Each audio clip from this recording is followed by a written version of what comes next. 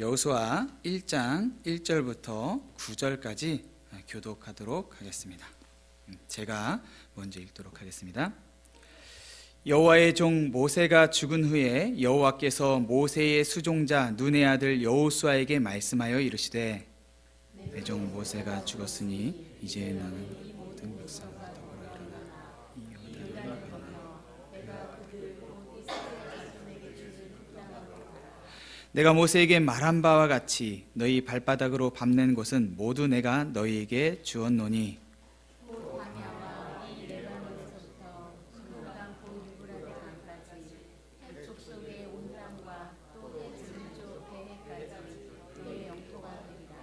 내 평생에 너를 능히 대적할 자가 없으리니 내가 모세와 함께 있었던 것 같이 너와 함께 있을 것임이니라. 내가 너를 떠나지 아니하며 버리지 아니하리니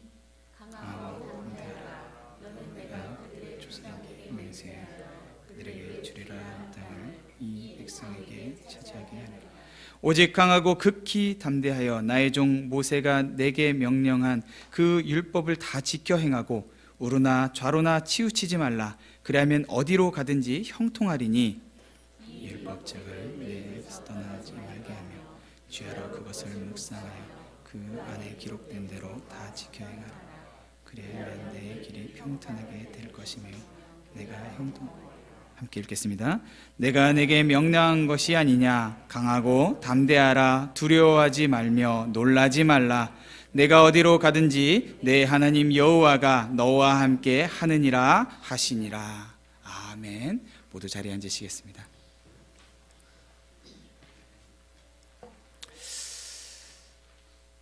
드디어 그날이 왔습니다. 2019년이 이제 1시간도 남지 않았습니다. 시간이 참 다들 빠르다고 이야기합니다. 그렇죠? 저도 조금씩 이제 나이를 먹어가다 보니까 젊었을 때보다 나이를 먹으면서 시간이 더 빨라진다는 그 어른들의 말씀이 진짜 사실이구나 라고 하는 걸 느껴요. 10대 때 느꼈던 그 10년의 시간들, 20대에 느꼈던 10년의 시간, 그리고 30대에 느낀 시간들, 다 돌이켜보니까 그렇게 자꾸 시간이 빨라져요. 여러분 어떠세요? 이제 50대, 60대, 70대 되신 여러분들 보니까 시간이 점점 빠르다고 느끼십니까?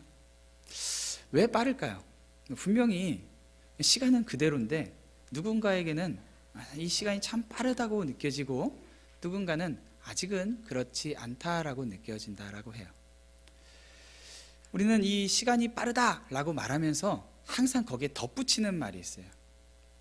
혹시 뭔지 아시는 분 계십니까? 한 게 아무것도 없는데 시간 참 빠르네. 뭐 한 게 아무것도 없는데 벌써 연말이야. 한 게 아무것도 없는데 벌써 40이야, 50이야, 60이야. 지나간 시간들을 이렇게 돌이켜보고 한 게 없다라고 하는 그 사실이 이 지나간 세월에 대하여서 더 빠르게 지나갔다라고 느껴지게끔 우리로 해요. 자, 분명히 한 게 없지는 않은데 한 게 없다라고 말이 나올 때는 분명히 우리가 해왔던 그 일들이 우리가 의도했던, 우리가 정말로 바라던 그것과는 뭔가 조금 다르기 때문에 그런 말들을 하는 거예요. 지난 1년간 여러분들 뭘 하셨나요? 한번 생각해 보세요.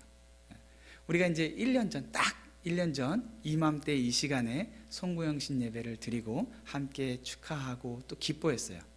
그 1년 동안의 시간 동안 우리 아까 전에 이제 작년을 한 해를 돌아보는 2019년을 돌아보는 그 시간을 가졌는데 뭐 교회에서 여러 가지 일들도 있었지만 여러분 개인적으로 여러분의 삶에서 어떠한 일들이 있었어요? 뭐 나이를 일단 한 살 더 먹었을 거고요. 어떤 분들은 흰머리가 더 많이 생겼을 거고, 저는 원래 흰머리가 많습니다. 그냥 더 생긴 건 아니고, 어떤 분들은 주름이 더 늘었을 거고, 우리 어린 친구들은 또 한 학년을 더 나이를 먹었겠죠. 뭐 거기서 조금 이렇게 좋은 변화라고 한다면은 ACT나 이런 성적들이 더 좋은 성적을 받은 것들 차곡차곡 쌓아가다 보면은 분명히 더 좋은 결과를 맞겠죠. 그 정도가 우리가 지난 1년간에 만약에 얻어온 것이라고 한다면, 자라나는 자녀가 한 살 더 먹는 게 우리가 지난 1년 동안 얻어온 전부라고 한다면, 여러분 내년 송구영신 예배 이 시간 이 자리에서 여러분은 뭔가 달랐다라고 느낄 수 있겠습니까? 2018년 송구영신 예배에서 2019년이 됐는데 달라진 게 아무것도 없이 그저 주름만 조금 더 늘어나 있고 시간은 흘러서 이제 주님 품에 안길 그 시간만 점점 다가온다라고 하면은, 내년에도 뭔가 좀 더 했으면 좋았을 텐데 라고 하는 걸로 그저 아쉬움과 후회가 남은 상태로 끝나버린다면 여러분 너무 안타깝잖아요. 그죠? 분명히 무언가 달라져야 하는데 우리의 삶에 달라지지 않는 것들이 있어요. 이것은 바로 우리에게 필요한 무언가가 빠졌다라고 하는 거예요. 그것을 우리는 사명이라고 합니다. 어떤 사람이 작년보다 올해 엄청나게 많이 재산이 늘었다고 한번 생각해 보세요. 그 사람이 작년에는 재산이 가진 게 10만 불, 20만 불 정도였는데 지금 한 해 동안 이 사람의 소득이 밀리언, 10 밀리언 이렇게 된 거예요. 알고 보니까 이 사람이 로또를 맞은 거예요. 여러분, 그 사람이 부자가 돼서 기분은 좋을 거예요. 그죠?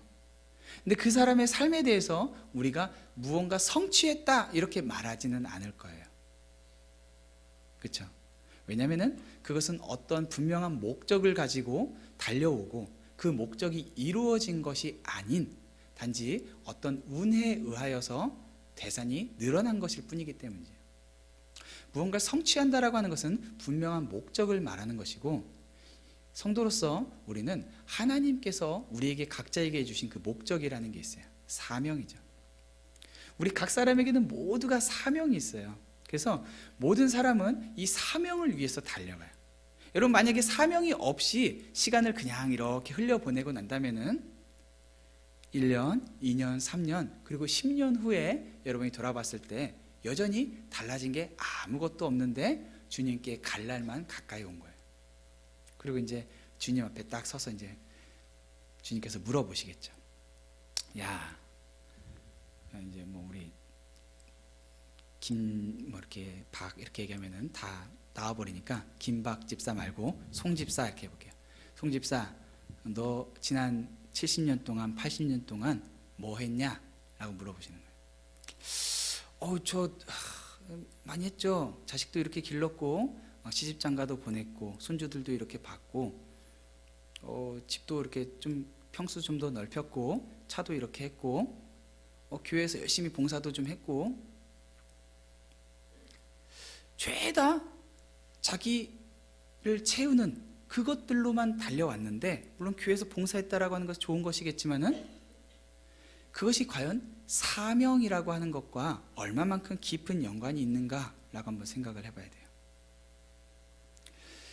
여러분, 이렇게 시간을 흘려보내기에는 너무 아까운 자리에 우리가 있는 거예요. 오늘 본문은 분명히 우리 모든 사람이 이 사명을 가지고 있고 사명을 위해 달려가기를 원하는 모든 사람들에게 한 가지 만나는 장애, 어려움, 그것을 어떻게 극복하는지를 보여주고 있어요. 여러분, 성도로서 성도의 가장 큰 사명이 뭘까요? 기본적인 사명, 궁극적인 사명. 그것은 하나님을 알고 하나님을 기뻐하고 즐거워하는 거예요. 여러분, 그게 빠진 상태에서 어떠한 열심과 충성으로 교회에서 섬기고 봉사를 한다 하더라도 그것으로 하나님께서 내가 언제 너한테 그거 하라고 했냐? 라고 말씀하실 수 있어요. 하나님 모르는 상태에서 교회에서 열심히 봉사할 수 있을까요? 없을까요? 여러분, 있다는 거 다 알죠? 여러분, 이렇게 이런 질문하면은 바로 이제 막 다른 사람 막 생각하면서 막 그런 사람, 그러면 안 돼요. 우리도 그럴 수 있어요. 우리 각 사람이 하나님을 잘 알지 못하면서도 열심히 봉사할 수 있어요. 그걸 통해서 자신의 만족감을 느낄 수가 있어요. 나 이렇게 열심히 사는 사람이야. 나 이렇게 남들을 돕는 사람이야. 내가 공동체를 위해서 이렇게 하는 사람이야. 얼마든지 자기 만족을 느낄 수가 있어요. 그렇기 때문에 하나님을 알고 하나님을 기뻐하는 것이 배제되어진 채 열심히 살아가는 것, 그것은 하나님께서 인정하실 수가 없는 삶이에요. 우리의 첫 번째 사명은 하나님을 알고 하나님을 즐거워하는 거예요. 우리는 모두 다 그렇게 살기를 원해요. 더 나은 성도가 되기를 원해요. 여러분 중에 저는 대충 사는 성도가 되기를 원해요 라고 하는 분 계십니까? 혹시 그런 분 계시다면 손을 들지 마세요. 그리고 반성하셔야 돼요. 왜냐하면 우리에게 주신 이 복음의 값어치가 대충 사는 성도라는 것과는 전혀 어울리지 않기 때문이에요. 복음을 깨달았다고 하면은 우리의 삶에 무언가 불타오르는 게 있어야 돼요. 자, 모두가 성도로서 살고 싶은데 그렇게 살지 못하고 있는 오늘, 어떻게 이 위기를 극복해야 할까요? 오늘 본문은 절망에서 시작합니다. 오늘 본문 1절 어떻게 시작합니까? 여호와의 종 모세가 죽은 후에. 여러분, 모세가 누굽니까? 이스라엘 백성을 출애굽시킨 사람이에요. 그 무서운 바로에게 앞에 나아가서 당당하게 이스라엘 백성 달라라고 얘기했고, 말을 듣지 않자 10가지 재앙으로 애굽을 완전히 박살을 내고 이스라엘 백성들과 나왔어요. 그리고 홍해 앞에서 그 홍해를 가르고 그들을 데리고 홍해를 건넜어요. 이스라엘 백성들이 배고프다고 울부짖자 그들에게 만나와 메추라기를 허락했어요. 목마르다고 하자 물을 내줬어요. 하나님 앞에 계속 투덜투덜거리다가 불뱀이 나와서 그들을 물자 노뱀을 들고 그들을 치유하게 했어요. 전쟁이 일어나자 하나님 앞에 지팡이를 들고 기도하면서 그 전쟁을 승리로 이끌었어요. 모세는 이스라엘 백성들에게 절대적인 존재였어요. 여러분, 구약 성경을 이야기할 때에 심지어는 예수님조차도 구약 성경을 통틀어서 모세라고 말하게 돼요. 모세와 선지자 혹은 모세 이렇게 얘기하면은 그 구약 성경을 얘기하는 거예요. 그만큼 이스라엘에게 이 모세라고 하는 인물은 절대적이고 상징적인 인물이에요. 그들은 이 40년의 광야 세월을 모세와 함께 버텼어요. 심지어는 그들이 금송아지를 갖다 놓고 절하면서 이것이 여호와다라고 그렇게 하나님 앞에 패악한 죄를 졌을 때 하나님 앞에 모세가 바짝 엎드려서 이들을 용서해달라고 중보했어요. 그게 바로 모세였어요. 그들에게는 아버지와 같은 존재였고 선생이었고 그들에게는 왕과 어찌 보면 지도자였던 가장 그들에게 강력하고 영향력 있는 인물이었어요. 그런데 지금 이 40년의 세월이 흘러 요단 동편을 싸워서 이겨내고 이제 하나님의 약속하신 그 강으로 건너가야 하는 그때, 요단강 동편에서 이제 요단 강만 건너가면은 가나안 정복 전쟁이 시작되는 이때에 모세가 죽은 거예요. 저는 이 본문을 성구영신 예배를 준비하면서 어떤 의도를 가지고 했다기보다는 정말로 한 해를 시작하는 우리들에게 어떤 시작에 대한 말씀이 어떤 게 필요한 게 있을까라고 생각하면서 찾다가 여호수아 말씀을 찾았는데 찾고서 보니까 오늘 우리 교회의 모습하고 참 많이 오버랩되는 것을 느꼈어요. 어제 아침 그리고 주일에 우리는 사랑하는 우리 김성근 목사님을 떠나보냈어요. 정말로 참 많은 분들이 충격을 받았고 아파하고 눈물을 흘렸죠. 여러분, 저도 참 많이 어렵습니다. 충격을 많이 받았어요. 여러분한테 내색은 하지 않았지만은 참 마음이 많이 어려웠어요.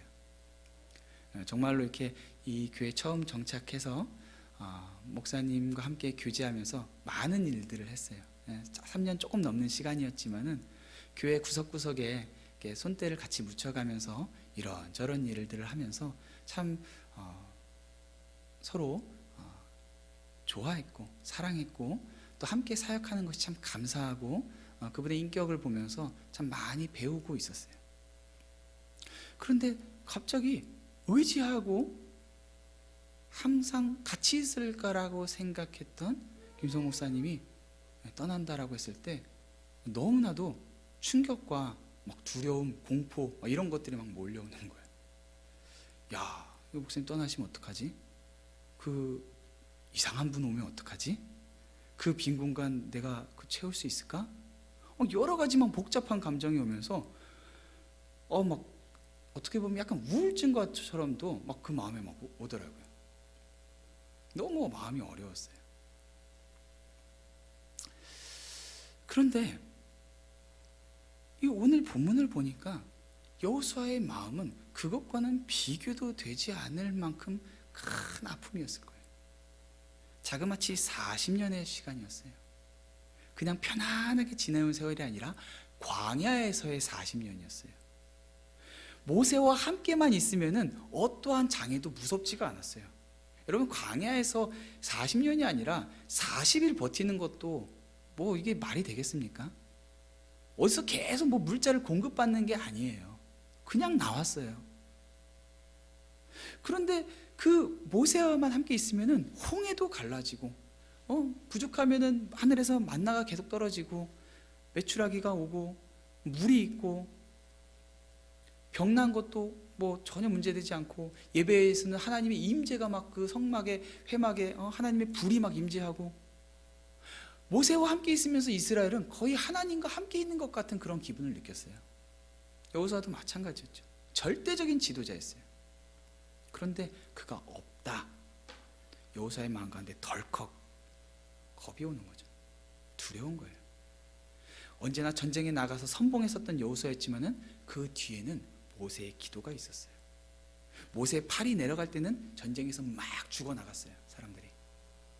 팔을 들어졌을 때는 전쟁에서 계속 이겼어요. 그런데 모세가 없는 거예요. 가장 어려운 싸움, 이제 요단강을 건너면은 이 가나안의 7 족속이 대기하면서 오기만 해봐라 라고 대기하고 있는데, 그 전쟁 직전에 모세가 없어졌어요. 이 본문을 보니까 여호수아가 모세와 얼마나 크게 비교되는지가 나와요. 오늘 본문 1절에 보니까 모세는 여호와의 종이라고 불러요. 근데 이 여호수아는 뭐라고 부르냐면요, 모세의 수종자, 모세를 바치는 사람, 모세를 따르고 모세에서 뒷바라지하고, 모세가 필요하다라고 할 때 그 심부름하고, 그런 사람이에요. 하나님의 종과 모세, 사람의 수종자의 간격이 있어요. 성경은 얼마나 이걸 강력하게 말하는지 1장에서만 5번이 모세를 여호와의 종이라고 계속해서 이야기를 해요. 여호수아는 평범한 사람이에요.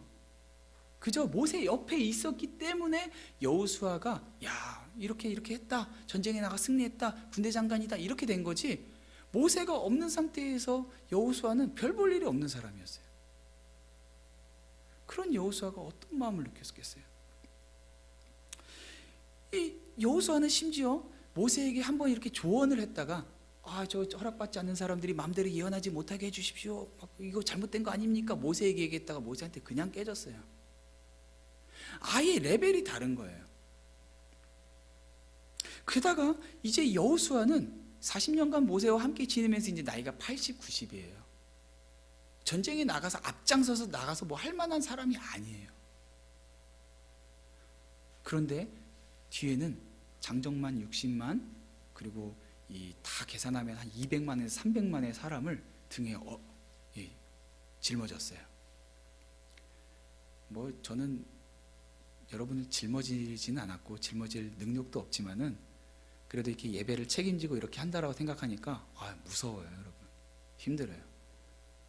매주 막 이렇게 지금 뉴스 사역만 하다가 작년 뭐 여러 가지 설교뿐만이 아니라 그 외적으로 하던 것들 막 이런 것들이 막 같이 오니까 막 이거 어떻게 하지? 어떻게 했지? 이런 막 어려움이 있는 거예요. 이 여호수아는 그게 비교가 안 됐겠죠. 이 어려운 형편. 그런데 하나님께서 이 여호수아에게 무엇을 하시는지 보세요. 2절에 내 종 모세가 죽었으니 이렇게 얘기해요. 내 종 모세가 죽었으니. 이건 조건절이에요. 모세가 죽었기 때문에 이제 해야 할 일이 있어요. 그게 뭐예요? 바로 너는 이 모든 백성과 더불어 일어나 이 요단을 건너라. 여기서 이제 사실은 두 가지 명령이 있어요. 건너 그리고 가라 이렇게 됐지만 이게 사실은 한 문장이에요. 건너가라는 게 한 가지 명령이고 하나는 일어나라는 거예요. 사랑하는 성도 여러분, 분명히 지금 우리 교회는 어려움을 겪고 있어요. 그건 회피하면 안 돼요. 쉽지 않아요. 담임 목사의 부재는 어려움이에요. 그렇죠? 그런데 지금 이 슬픔 가운데 계속 머물러 있으면 안 된다는 거예요. 여기서 일어나라 라고 주님께서 명령하고 있어요. 여기서 이 일어난다라고 하는 것은 군사적인 의미도 가지고 있어요. 그래서 다들 아파하고 슬퍼하고 절망하고, 야, 이거 할 수 있겠어? 어떻게 할까? 우리가 건너갈 수 있을까? 그냥 이 요단 동편도 괜찮은데 그냥 여기에서 머물면서 그냥 지내면 어떨까? 이것도 하나의 옵션이 될 수 있어요. 그런데 지금 하나님께서 여호수아에게 일어나라, 군세를 정비하고 전쟁 나갈 준비를 하라 라고 명령하고 계시는 거예요. 그리고 두 번째 명령이 요단강을 건너가라 라고 말씀하시는 거예요. 여러분, 이 요단강을 건너가면요, 지금 이 요단강은 이 건기와 우기의 모양이 전혀 달라요. 이 건기, 이 비가 별로 안 오는 시즌에는 이 강폭이 한 30m 정도밖에 안 돼요. 깊이도 한 1m.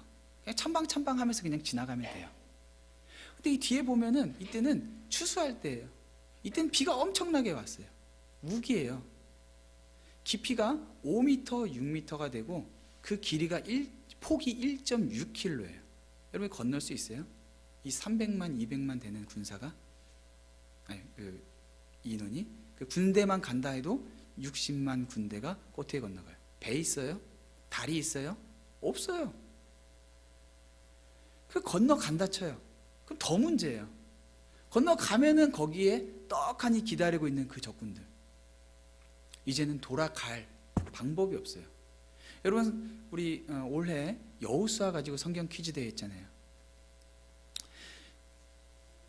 가면은 돌아갈 곳이 없어지게끔 돼요. 어떻게 건넜어요? 언약궤 메고 발 내딛어서 하나님께서 강을 열어주셔서 건너간 거예요. 그러면은 건너간다면 어떻게 돼요? 강이 닫혀요. 그럼 어떻게 된 거예요? 이 사람들 거의 갇혀버린 거예요. 건너가는 것도 어렵지만은 건너가기만 하면은 이제는 앞뒤가 막혀버렸어요. 앞에는 가나안 족속 군대, 뒤는 강. 여러분, 배수진 친다라고 하는 말을 아시죠? 자의적이가 아니라 타의에서 요단강을 건너는 즉시 이들은 배수진을 쳐야 돼요. 하나님께서 아파하고 절망적인 상황에 있는 이스라엘 백성들에게 지금 어떻게 하라고 하냐면 요단강을 건너서 배수진을 치고 싸우라 라고 말씀하고 계시는 거예요. 이게 쉽겠습니까? 어려워요. 불가능에 가깝고, 실질적으로는 강을 건널 방법이 없는 상태에서는 불가능이라고 할 수 있는 거예요. 죽으러 가는 거나 마찬가지예요. 그런데 하나님께서는 이스라엘 백성에게 건너가라 라고 말씀하고 계시죠. 사랑하는 성도 여러분, 위기 가운데 있는 것처럼 보여져요. 어려움 가운데 있는 것 같아요. 정말로 좋은 목사님 올 수 있을까? 갈 수 있을까? 우리의 교회가 정말로 건강하게 회복될 수 있을까? 그런데 하나님께서는 거기에서 그냥 마냥 기다리라 하지 않으시고 나가라는 거예요. 싸우는 자리로 가라는 거예요. 배수진 치고 싸우라는 거예요. 다들 그게 옳다라는 걸 알아요. 하나님께서 그렇게 명령하셨으니까. 근데 어떻게 현실적으로 그걸 어떻게 하냐는 거죠. 오늘 봤더니 6절에 7절에 그리고 9절에 반복적으로 나오는 단어가 있어요.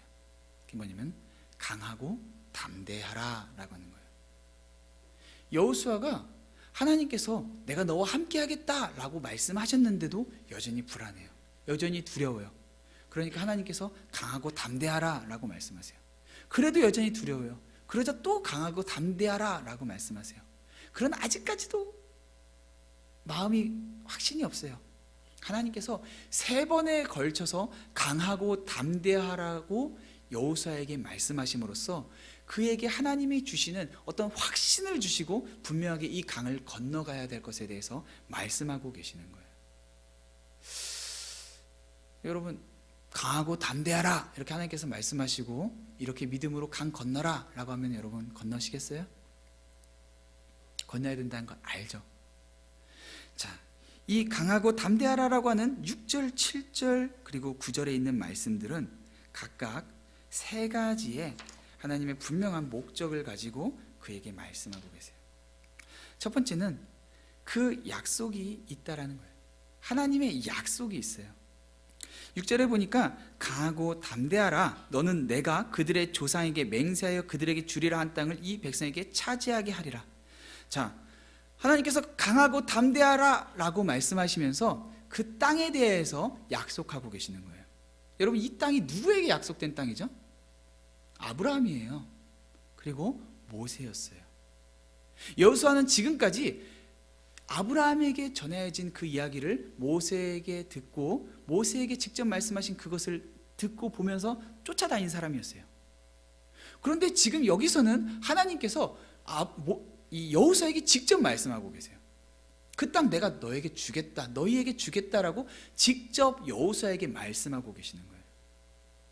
사랑하는 성도 여러분, 이게 하나님께서 우리에게 주신 약속에 대하여서 여러분이 남들에게, 영적 지도자에게 주어진 그것만 보고 그냥 따라가면서 그걸 의지한다라고 하면은 이 약속은 여러분하고 상관이 없어요.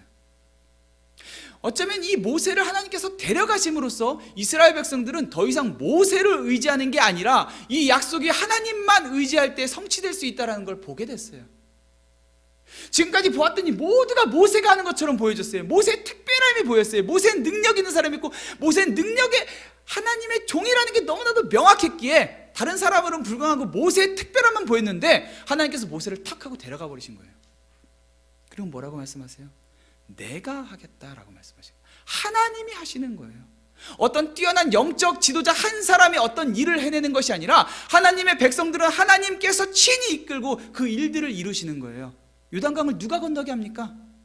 모세가 아니라 여호수아가 아니라 하나님께서 하시는 거예요. 그들은 단지 하나님이 쓰시는 도구였을 뿐이에요. 여러분, 우리 한 사람 한 사람이 하나님 앞에 여호수아로서 서야 돼요. 내가 모세와 같은 능력이 없어요. 내가 그런 경험이 없어요. 내가 그런 지식이 없어요. 그러나 하나님께서 함께 하신다라고 하면은 모두가 하나님 앞에 여호수아와 같이 쓰임 받을 수가 있는 거예요. 여러분, 지금까지 살아온 그 세월도 한번 생각해 보세요. 30년, 40년, 50년, 60년, 70년. 여러분, 10년 전에 여러분과 지금의 여러분 얼마나 주님 앞에 그 열심히 변했습니까? 하나님과 얼마나 더 친밀해졌습니까? 하나님과 얼마나 교제하고 계십니까? 뭐가 달라졌어요? 많은 사람들이 10년, 20년 신앙생활하면서도 전혀 변화가 없고 변화되는 걸 기대하지를 않아요. 요단 동편에 있으면서 그냥 이렇게 살아도 괜찮지. 교회 와서 예배, 주일 예배 드렸고 봉사도 했고 여성교회도 봉사하고 남성교회 봉사했으니까 됐지. 여러분, 하나님께서 이스라엘을 출애굽시킨 것은 단지 애굽에서 나오게 하는 게 목적이 아니었어요. 하나님의 구원은 분명한 목적지가 있었어요. 가나안 땅이었어요. 거기 들어가지 못한 사람들이 있었어요. 1세대 이스라엘 백성들은 광야에서 다 죽어버렸어요. 수많은 기적을 목도했는데 10가지 재앙, 역사 속에 그런 재앙이, 그런 기적이 어디 있어요? 홍해가 갈라졌는데 하늘에서 만나가 떨어지는데 메추라기 쏟아지는데 바위에서 물이 쏟아지는데 그 기적, 그 체험을 하면서도 삶이 변화되지 않아서 광야에서 다 죽어버렸어요. 여러분 삶의 목적이 뭐예요? 여러분 삶의 소원이 뭐예요? 가나안까지 가는 게 목적이 돼야 돼요. 소원이 돼야 돼요. 요단 동편에서 머무는 게 그 안락함이 좋다고 하면은 여러분 가나안과 전혀 상관없는 사람이 돼요. 한번 물어볼게요. 2020년 이제 한 해가 눈앞에 왔는데 지금까지 지나온 그 세월 동안 실패하고 절망하고 하나님과 전혀 상관없었던 것 같았던 민망한 그 시간들 참 많잖아요. 회개가 나오잖아요. 그런데 2020년 여러분 어떠한 소망과 기대함 가지고 계세요? 어떠한 영적인 소원을 가지고 계세요? 요단 서편 그 가나안에 대해서 그 싸움이 있고 죽음을 방불하는 죽음을 각오하지 않고는 건너갈 수 없는 그 강에 대한 그 강을 건너는 것에 대한 여러분 소원이 있냐는 거예요. 이 교회가 이 지역에서 우리 이방한 안수 이사님 며칠 전에 얘기하셨지만 이 지역에서 제일 오래된 된 교회라는 거 정말 그 말 싫다고 하셨어요. 그렇죠? 우리는 장자 교회 뭐 오래된 교회 이런 거 자랑거리 아니에요. 우리의 자랑은 하나님을 더 알고 하나님을 즐거워하며 주 안에서 하나님을 누리는 것 그 자체가 돼야지 건물이나 인원이나 역사나 이게 무슨 자랑이 될 수가 있겠어요. 그런데 여러분 안에 그 소원 없으면은 분명히 1년 후에도 똑같습니다. 감사의 제목들, 건강하게 지내게 해주신 거, 자녀들 좋은 대학 가고 학업 잘 성취하고 비즈니스 잘 되고, 안 믿는 자들도 그런 걸로 감사하면서 잘 지내요. 하나님과는 상관이 없어요. 좋은 것 가지고 감사하는 것 그 자체로가 아니라 하나님과 얼마나 가까운가예요. 자, 이제 일어나서 건너야 돼요. 하나님의 약속이 있었어요. 하나님의 약속의 주체예요. 포기하지 않겠다라고 말씀하세요. 5절 내 평생에 너를 능히 대적할 자가 없으리니 내가 모세와 함께 있었던 것 같이 너와 함께 있을 것임이니라. 내가 너를 떠나지 아니하며 버리지 아니하리니. 실패했다고? 지금까지 어떤 특별한 경험이 없다고? 걱정하지 마세요. 하나님 말씀이 떠나지 않겠다라고 하시는 거예요. 임마누엘의 하나님이라는 거예요. 이거 믿기만 하면 하나님께서 예비하신 그 놀라운 축복들이 있어요. 강을 건너고 이겨낼 그 전쟁이 기다리고 있어요. 여기에 보니까 이 땅에 대해서 하나님께서 이미 3절에서 보니까 내가 너희 이 모든 땅에 대해서 내가 너에게 주었노니라고 하고 있어요. 현재 완료예요. 과거에서 이미 주었고 현재도 그게 적용되고 또 미래로도 말하고 있어요. 5절 6절에서는 미래로 약속하고 있어요. 내가 주게 하겠다, 차지하게 하겠다. 이 하나님의 약속이 우리에게 이미 주어졌어요. 여러분, 우리의 삶의 영역이 있어요. 우리 교회에 대한 기대감이 있어야 되고요, 우리 개인에 대한 기대감이 있어야 돼요. 하나님을 알아가는 것, 우리 가정에 대한 기대감이 있어야 돼요. 그 기대감 없이 어떻게 싸워요? 언젠간 변하겠지. 여러분, 언젠간 변하겠지라는 그 말은 요단 동편에 있으면서 변화를 기다리는 거예요. 그런 변화는 없어요. 건너가야만 있어요. 하나님께서는 그래도 불안해하고 여전히 반응하지 못하는 여호수아에게 다시 말씀하세요. 오직 강하고 극히 담대하여. 더 강조해서 말씀하세요. 강하고 담대하라. 다시 한번 강조해서 말씀하세요. 그런데 이 7절 8절에서는 말씀에 대해서 이야기하고 있어요. 나의 종 모세가 내게 명령한 그 율법을 다 지켜 행하고 우르나 자로나 치우치지 말라. 말씀에서 치우치지 말라는 거예요. 그러면 어디로 가든지 형통하리라. 율법을 지키면은 하나님께서 이 형통에 대한 약속을 주셨어요. 또 이 율법책을 내 입에서 떠나지 말게 하며 주야로 그것을 묵상하여 그 안에 기록된 대로 다 지켜 행하라. 그러면 내 길이 평탄하게 될 것이라. 내가 형통하리라. 여러분, 하나님께서 이 형통에 대한 약속하셨어요. 단지 그냥 좋은 일들 일어나는 것이 아니라 하나님과 함께하는 영적인 형통이죠. 그것을 위해서는 하나님께서 분명하게 말씀하고 계세요. 말씀이 가까이 있어야 돼요. 여러분, 지난 1년 동안 여러분의 삶에서 말씀과 얼마나 가까우셨습니까? 우린 다 알아요. 성도는 하나님의 말씀 그리고 기도, 이 두 가지 은혜의 수단들을 통해서 살아가는 사람이라고 다 알아요. 근데 여러분 삶에서 그거 있냐는 거예요. 여러분, 새해는 성경 읽기를 결심하는 가장 좋은 때예요. 그죠? 실패해도 또다시 일어나면 됩니다. 그런데 그 결심조차 하지 않으면서 우리의 삶에 하나님이 주신 사명이 성취될 거라고 생각하는 것은 오만이고 하나님을 업신여기는 거예요.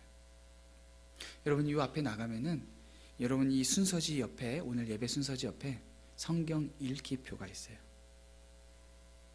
분명히 말씀하겠어요. 이 말씀 가운데 있으면은 너희들 형통하리라 말씀하고 계세요. 여러분, 그 말씀이 하나님으로부터 주어진 말씀이라는 걸 믿으십니까? 믿으십니까? 믿어야 돼요. 그럼 여러분 이 말씀 앞에 겸손하게 마음을 좀 다짐해야 돼요. 에휴, 나는 그래도 성경 1독은 안 할 건데, 이렇게 생각하고 계시다면은 여러분 마음을 고쳐서 예배가 끝나고 다들 한 장씩 가져가셔서 지금까지 실패했다고 하더라도 다시 시도하셔야 돼요. 하나님께서 분명하게 주시는 복이 있어요. 제가 한국에 있으면서 젊은 친구들 이렇게 좀 많이 경험하면서 그 친구들이 특별하게 하나님의 은혜를 좀 극단적으로 경험하면서 확 하고 변화되는 모습들을 많이 봤어요. 확 변해요, 갑자기.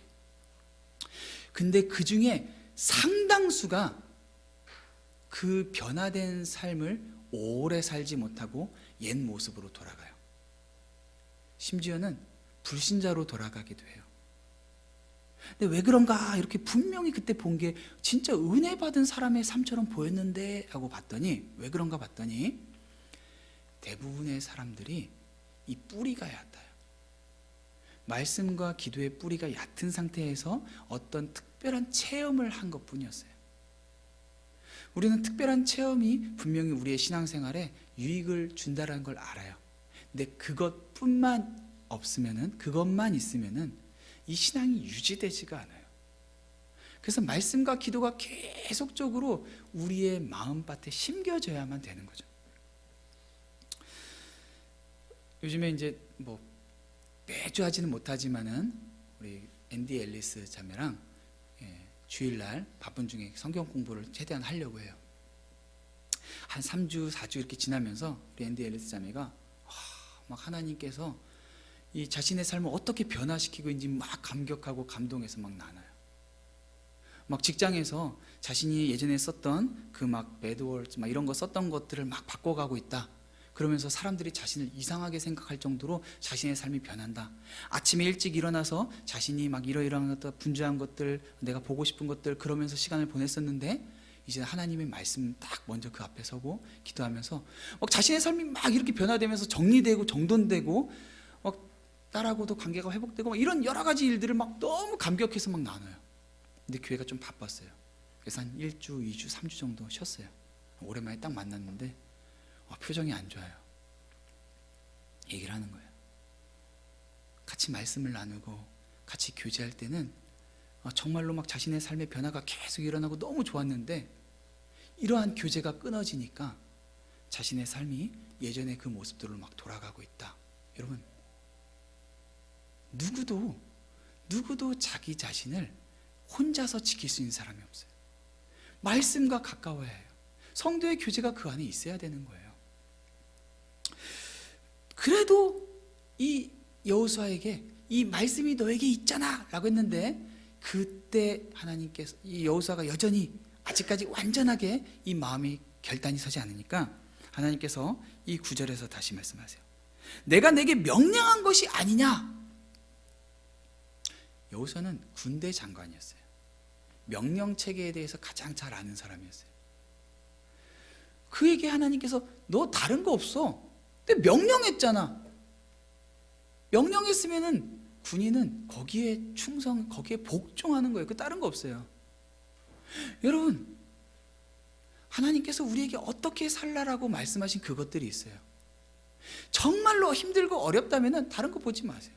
하나님께서 우리에게 어떻게 살라라고 하신 분명한 하나님의 주권이 있어요. 그걸 인정해야만 하는 거예요.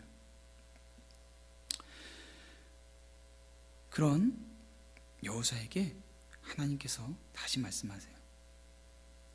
네가 어디로 가든지 내 하나님 여호와가 너와 함께 하느니라. 여러분, 이게 얼마나 특별한 말씀인지 몰라요. 네가 어디로 가든지, 뭘 하든지. 이 어디로 간다라고 하는 것은 우리가 실패하고 절망하고 넘어졌을 때도 포함하는 거예요. 하나님의 그 약속이 있어요. 여러분, 신앙생활 하다가 자빠지고, 좀 죄송합니다, 넘어지고 실패하고 정말로 이거 내가 진짜 신자 맞아? 이러한 탄식이 나올 때에도, 그때도 하나님께서는 함께 하겠다라고 그 약속을 하시는 거예요. 우리에게 하나님께서 이 놀라운 약속을 하셨어요. 믿기만 하면 돼요. 건너기만 하면 돼요. 우리가 어떻게 그 가나안 사람들을 다 이긴단 말입니까? 언제 네 능력으로 이기라고 했니? 라고 말씀하시는 거예요. 건너라. 건너면은 그 싸움의 승패는 하나님께 달려있는 거예요. 사랑하는 성도 여러분, 이 여호수아가 이 말씀에 순종해서 요단강을 건너요. 근데 이 요단강을 건너겠다라고 백성들한테 말했는데, 이거 정말 할 수 있을까? 그 두려워하던 여호수아가 백성들한테 얘기했더니 1장 후반부에 가니까 이 백성들이 다 동의해요. 우리가 당신의 말씀을 듣겠습니다, 이래요. 그런데 그러면서 이 백성들이 뭐라고 하냐면은 여호수아를 향해서 강하고 담대하십시오 라고 얘기해요. 재밌죠? 여호수아가 백성들이 내 말을 들을 수 있을까 없을까 이러면서 고민하면서 두려워하면서 얘기를 했는데, 이 백성들이 우리가 당신과 함께 그 강을 건너겠습니다, 당신은 두려워하지 마십시오, 강하십시오, 이렇게 말하고 있는 거예요. 만약에 두려워서 염려해서 시도하지 않았다면 이걸 경험할 수 없었겠죠. 사랑하는 성도 여러분, 하나님께서 2020년 여러분의 가정을 변화시킬 수 있습니다. 믿으십니까? 놀랍게 변하실 수 있습니다. 여러분, 자녀 때문에 걱정하시는 분들, 예수님을 제대로 믿지 않아서 자기 마음대로 살아가고 있는 자녀 때문에 걱정하고 있는 여러분들, 주님께서 여러분 자녀 완전히 180도 변화시킬 수 있다는 거 믿으십니까?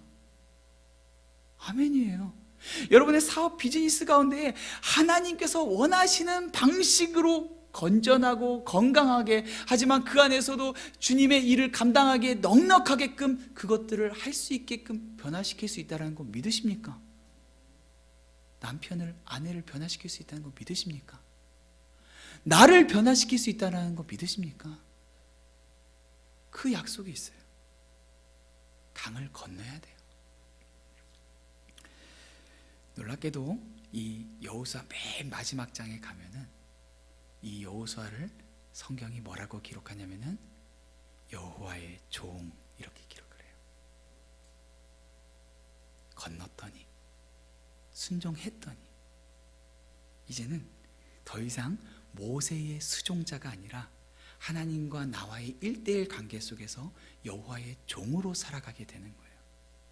여러분, 우리 한 사람 한 사람은 어쩌면은 지금까지는 나는 성도인데, 평신도인데, 집사인데, 나는 목사도 아니고 선교사도 아닌데, 여러분, 그런 생각은 이제는 끊어져야 돼요.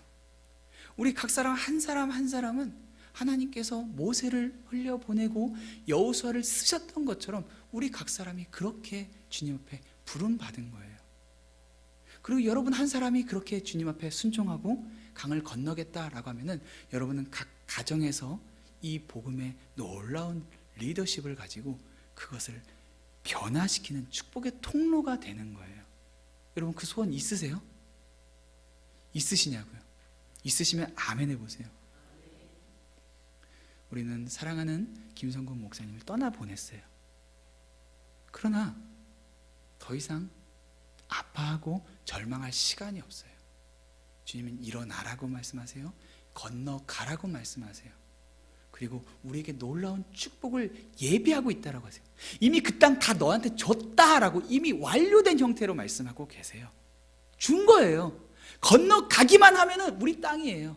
내 땅이에요. 가나안 사람들은 저거 내 땅 왜 네 땅이라고 하냐 라고 말하지만 하나님이 우리한테 우리 땅이라고 했어요. 여러분의 삶의 모든 영역을 하나님께서 이미 바꿨다라고 말씀하세요. 예수 그리스도의 십자가가 그 놀라운 일들을 했어요. 믿음으로 반응하십시오. 믿음으로 반응할 때 여러분은 한 사람 한 사람이 요단강을 건넌 여호수아가 돼서 교회를, 가정을, 사업터를, 그리고 나를 변화시키는 놀라운 하나님의 은혜를 경험하고 또 증인으로 살아갈 수가 있습니다. 우리 함께 잠깐 기도하겠습니다.